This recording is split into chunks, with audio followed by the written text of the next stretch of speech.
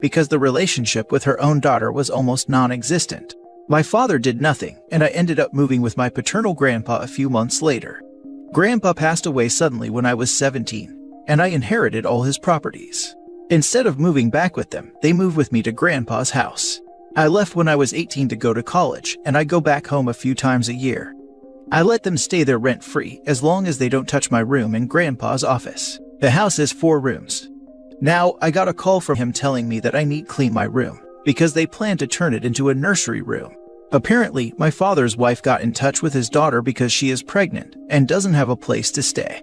I denied his request and reminded him who owns the house they are staying and better not touch the rooms unless they want me to kick them out. I told them there is an empty room, she can stay there, but he claims it's too small for both of them. I said that if they have a problem, they can go back to his own place. There she can take my room, though I don't know if he still has the house. I think I've been more than reasonable, but my uncle, father's brother, who doesn't have the best relationship with my father, called me to say to think about it and not kick them out. So I wonder, am I wrong? Now for the top comments before reading the updates. Not wrong. It's your house. You let them stay there rent-free on the condition that they don't touch those 2 rooms. I think that's more than fair. They are getting a little overly comfortable with what you are so generously allowing them to do. Even if they agree to back off of this, I think it's way past time they start paying you for living in your house. Make it abundantly clear you are doing them a favor by allowing to live there. Another option is to have OP move out. They pay rent and sign a lease agreeing everything will be returned as was, like a regular lease. But the current agreement is what it is. Not wrong, OP. Not the idiot. Talk about kicking a gift horse in the mouth. They stay for free, so they are banking all that money. They have one rule, to not touch these 2 rooms. They invited someone to live with them. I'm going to guess without permission, and only call to ask you to move your things from your house. Wow. Just wow. The audacity of those people. If I were you, I'd task someone that you hire each week or month to make visit to the property and report back to you. I actually had someone who went to the house every month to check the rooms for me when I was in college. It stopped because of the bug and never asked her again. I'd ask her to start doing it again. Yes, start it up again. When you told him no and reminded him you own the house, how did he act or say? Next time remind him he does not pay rent. And you could rent it out for actual money if you wanted to, but you do not because you prefer your room to be left alone. So, if you have your room disturbed, you would probably just rent it out. My father didn't like it but told me to think about it, and that's it. Grandpa's house is the only property I don't want to rent. Not only because of my room, but for Grandpa's office. It's a thing of beauty, and it has a mammoth of a desk, and it would be a nightmare moving it lol. Now for the first update. The day I wrote the original post, I called Mrs. LeWire to accompany me to the house to deal with this in a civil manner. Well, Saturday we went early in the morning with the paperwork. Once we arrived and I tried to open the door, I got the pleasant surprise that my father had changed the locks. Big mistake. We talked through the door, and he told me that until I changed my mind, he wasn't going to let me in. I told him that I wasn't planning to kick them out, and I was there to solve this the right way. But if he wasn't going to let me in, I was going to do it my way. He still didn't let me in. On my way to the police station, my uncle called me and said that my father called him in order to make me change my mind, but he wasn't going to do it and will support whatever I decided. In the police station, Mrs. Lawyer explained the situation to them, and they came with us so I could evict them without issues. Once there, the police spoke to them and told them they had to let me in and get their things out as soon as possible. I even hired a moving truck for them. My father tried to fight, saying that he sold his house and doesn't have a place to go, and he also claimed that he was the rightful owner. But the dimwit doesn't have any paperwork to prove it. In a last attempt, he brought up the fact that my stepsister is pregnant, but unfortunately for them, she is in the early stages and doesn't matter either way. After their circus was over, the removal of their things was quick. Most of the things in the house are mine, except for the things they have in their room and my stepsister's stuff. I'm currently in the house and plan to stay here the next few days. I have changed the locks and I'm installing security cameras. I talked to my girlfriend about moving here, and she's more than happy to do so. I'm also going to talk to my boss about the possibility to work from home, but it's not a real problem if I can't. Without having to worry about the house, figuring out the rest is easy. That's pretty much it. I think I covered everything. Thank you for taking your time with this mess I used to call family. I love happy updates. Everyone does. I'm glad you live in a country where it was even possible to remove your father and his family from your house. In Canada, these kinds of situations usually fall in the tenant's favor. If you don't mind me asking, which country are you from? I'm curious to know because the cops were really helpful in your case. Ours would have asked to take the matter to the landlord in tenant board law.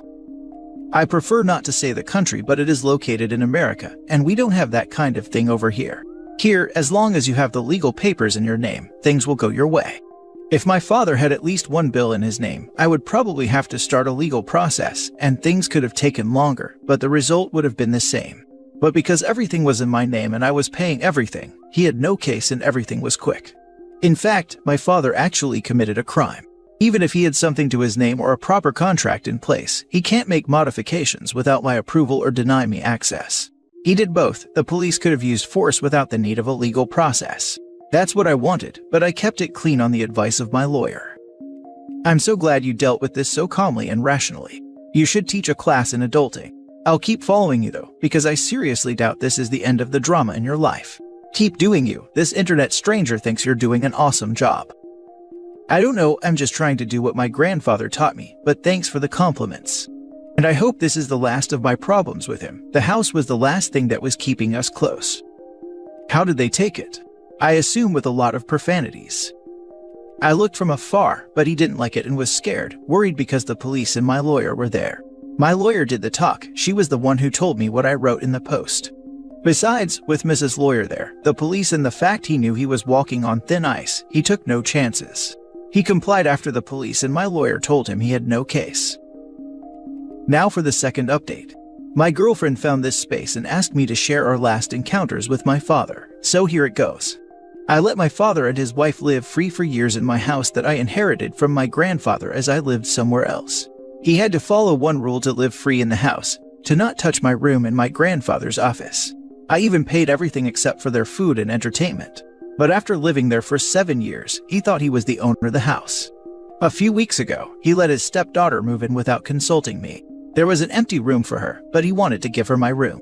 He had the courtesy to call me and tell me to get my things out of my room so she could move there. I refused and told him she could use the empty room, but I guess it wasn't enough. I went to the house only to find that he changed the locks and was not going to let me in unless I agreed to what he wanted. Long story short, I kicked them out. Lawyer and police were involved. I thought my father's misdeeds were over, as the house was the last thing that was keeping our relationship alive. But I was wrong. We hadn't heard from him until a few days ago when he showed up at the house. I wasn't there, but girlfriend was. My girlfriend told me that my father was there to tell us that since we are now living in the house, we have to host them for the Christmas holidays. Not only that, he gave her a list of the food they wanted and the gifts they expected to receive. My girlfriend told him to go away before she called the police. I again thought it was over, but I was wrong again. Yesterday we received another visit from him. Apparently, he called my mother to invite her to spend the holidays with us. She blew him off and told him she will take girlfriend and I to Europe for New Year's Eve. And he had the balls to demand she take them too. My mother just hung up. Mind you, this was the first time they had spoken after divorcing 16 years ago. He came to the house to demand I convince my mother to take them too, or that we pay for them to go with us. At this point, his attitude stopped being disappointing and turned comical. My girlfriend and I just laughed at him. We laughed so hard that we didn't notice when he left. I can say that we didn't have the best relationship, but he wasn't entitled. I mean, it was already clear why my paternal grandfather was completely disappointed in him, but it seems that he wants to take it to another new level. I don't know if he will stop, but I hope he does for the rest of the year. Edit. I have a security system. There are cameras everywhere. I know if he is there. I have other properties, my tenants and people close to girlfriend and me. Even my neighbors know what to do if my father approached them in my name. I doubt he will try to break in when we're not here. When I evicted them, my lawyer and the police were more than clear that he could face serious problems if he tries to enter the house or any other of my properties. Unfortunately, in my country, any kind of restraining order is pretty much useless. It is more helpful to call the police right then and there, and he knows I have no problem calling them. Imagine living rent-free and screwing it up because your ego wants you to be the boss of those being charitable to you. What a bonehead. Unfortunately, this isn't the first time he's messed things up, but at least he's spicing them up. Lol. You will need to make sure you have an excellent security system that covers the entire house inside and out. Make sure it informs you of anyone coming near, even if you are in Europe, just in case he decides the house is really his and tries to either move in or show up and take what he can. You need to shut him down now and hard, before it gets worse. We have a great security system in the house and its surroundings. He is also persona non grata in the neighborhood. When I evicted them, the police and my lawyer let him know that he could be in serious troubles if he tries to enter the house without my permission. Personally, I'd still be getting a house sitter if I was going to be away more than a day. Have a friend stay in your house and watch over it while you are gone. Yeah, we already talked with someone of trust to stay in the house while we are away. Now for the last story. Am I wrong for telling my mom I refused to fix a problem she and my stepsister created? When I was 15, my then 19-year-old stepsister had a baby. She was still living at home at the time and didn't know who the dad of her daughter was, so my mom and her decided I would need to babysit every day after school until someone else got home. This went on until I turned 18 and moved out of my mom and stepdad's house and in with my brother who was the same age as my stepsister.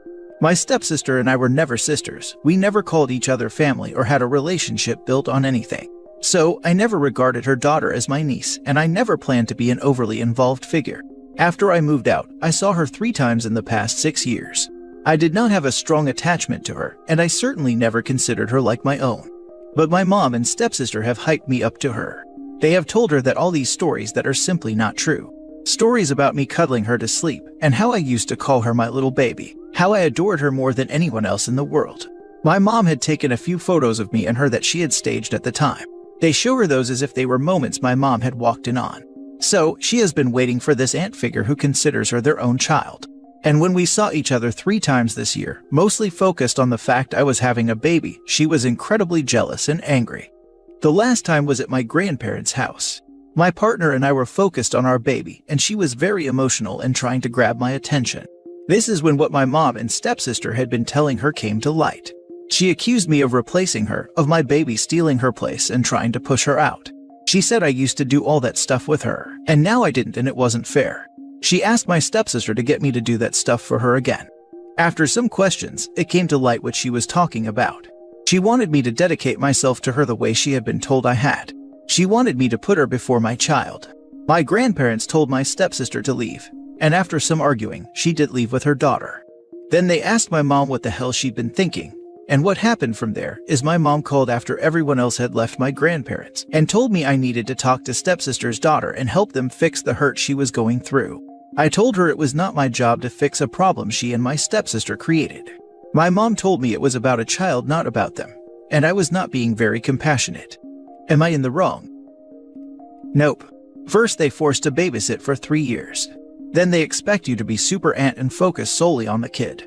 Do I feel bad for the child? Yes. But the mom and stepsister created this fantasy and need to deal with it. They want you to be involved in fixing it so that they don't have to take the blame for what they did. If you try to deal with it, it will be your word against theirs, and the replacement theory may be reinforced. Mom and stepsister need to own up to their lies. Poor kid, not the idiot. Not to mention, what do you even say? Sorry, kid, I never cared about you all that much. My mom and your mom are both big liars, so at least we have that in common. Either OP becomes a doormat and neglects her own kid, or she breaks her stepniece's heart and becomes the bad guy in her eyes. It will always be easier for the child to turn against OP than against her mother. Not in the wrong. While she's right in saying that this is about the child, there's no reasonable way for you to fix what they caused. To be honest, I wonder what exactly they expect you to do. Give up your own baby and adopt her. If your roughly 9-year-old niece is that fixated on an aunt she's hardly seen for most of her life, and particularly for most of the life she can remember, something is wrong in her own home. Yes, she needs someone to help her, but that should be a professional. You've done nothing wrong. Of course it's a bit sad you never formed an actual connection, but that doesn't make you an idiot. You were a teenager who didn't choose to become a free babysitter for 3 years. Congrats on your own child. It honestly sounds like the girl does not have a trusted adult. Nothing excuses her horrible behavior, but I suppose it's like kids who wish for their real parents to come rescue them. However, it's simply insane that a 9-year-old child expects to be coddled over a literal infant. I was expecting her to be much younger with that attitude. Maybe not. If stepsis and OP's mom were neglecting the child's emotional needs or not prioritizing her properly, which feels very likely since OP loved to do X with you, could easily become a way to avoid doing X while telling her those stories about OP. It can be that OP had become this mythical being that would prioritize her, make her feel special and be there for her. 9-year-olds still can't express themselves or do emotions well. Everything here could be less a desire to be coddled and more a response to the fantasy of being someone's first priority crumbling in front of her eyes, and her trying to stop that happening.